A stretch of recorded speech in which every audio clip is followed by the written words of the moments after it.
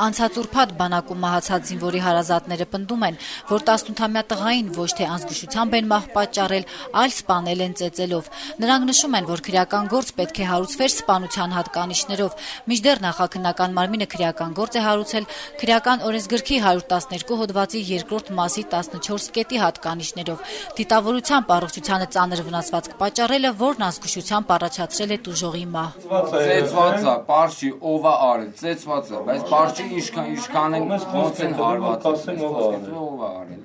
Համաձայն պաշտոնական տեղեկատվության Երևանից Լեռնային Ղարաբաղ զորակոչված զինվորը մահացել է Ղարաբաղի զորամասերից մեկում օգոստոսի 26-ին ժամը 21:30-ի սահմաններում։ Անգիտակից վիճակում զինվորական հոսպիտալ տեղափոխվելուց 1 ժամ անց 18-ամյա զինվորը մահացել էր։ 8 ամիս առաջ բանակ զորակոչված աղասիի մայրը Գայանե Աբրահամյանն ասում է, որ որդու մարմնի վրա բազմաթիվ վնասվածքներ կան, ինչը վկայում է նրան դաժանաբար ծեծելու մասին։ Իմ երեխային դաժանաբար ձևով ծեծելով սպանել են։ Ես դա հաստատ եմ ասում։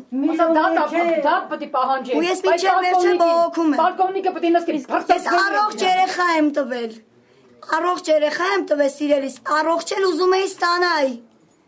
Ոչ թե մահացած բերեին դնեին իմ տուն ինձ մղկը տասնեն, դա իմ միակ լույսն էր, որը մարեցին։ Ես մինուտ ջար տղայիս եմ տարել, ծեծված ջարդած ահավոր վիճակում։ Ձախ կողմի այս աշկը լրիվ վնասված էր։ Բայց ինչ ձևի է վնասված։ Վնասված է ծեզեր, կապտուկներ եւ վերք։ Ջարդը ծեծված։ Ես աշ կողմից դեռ չեմ հիշում։ Աշկի վերևում։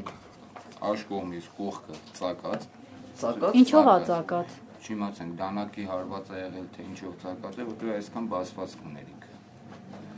Զինվորի ընտանիքն արդեն ստացել է մահվան վերաբերյալ նախնական տեղեկանքը, որում եզրակացություն տված բժիշկը մահվան պատճառների մեջ նշում է մի քանիսը՝ գլխուղեղի կենսական կարևորագույն ֆունկցիաների սուր խանգարում, փակ բութ գանգուղեղային վնասվածք, արյունազեղումներ, քերծվածքներ, սալջարդ, վերքեր գլխի, իրանի վերջույթների շրջանում։ Իր զամատնես մեզի ներկայացեց, ասեց ինչ որ թունավորվել է։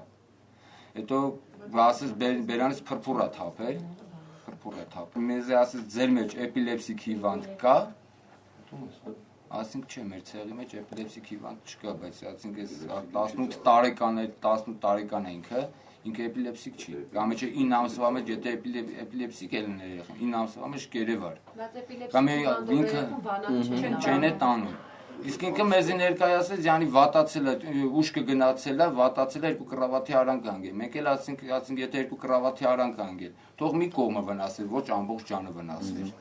Զինվորի մայրը պատմում է, թե որդու հետ դեպքից 3 օր առաջ է խոսել։ Մայրը զգացել է, որ որդին տրամադրություն չունի։ Այդ օրը էլի խոսում են, որ ես չնեղվի, բայց իր տրամադրությունը ինձ դուր չեկավ։ Իսկ հարցրեցի չասեց։ Հարցրեցի, ասեց լավ եմ, ոչինչ չասեց, ասեց գիշերը ասեց 8 ժամի չքնես, կսպասես իմ զանգին, մամա կզանգեմ, որ դիրքեր եմ բարձրանանում, էլ չզանգեց իմ երեխան։ Լսեցի, որ մահացել արդեն։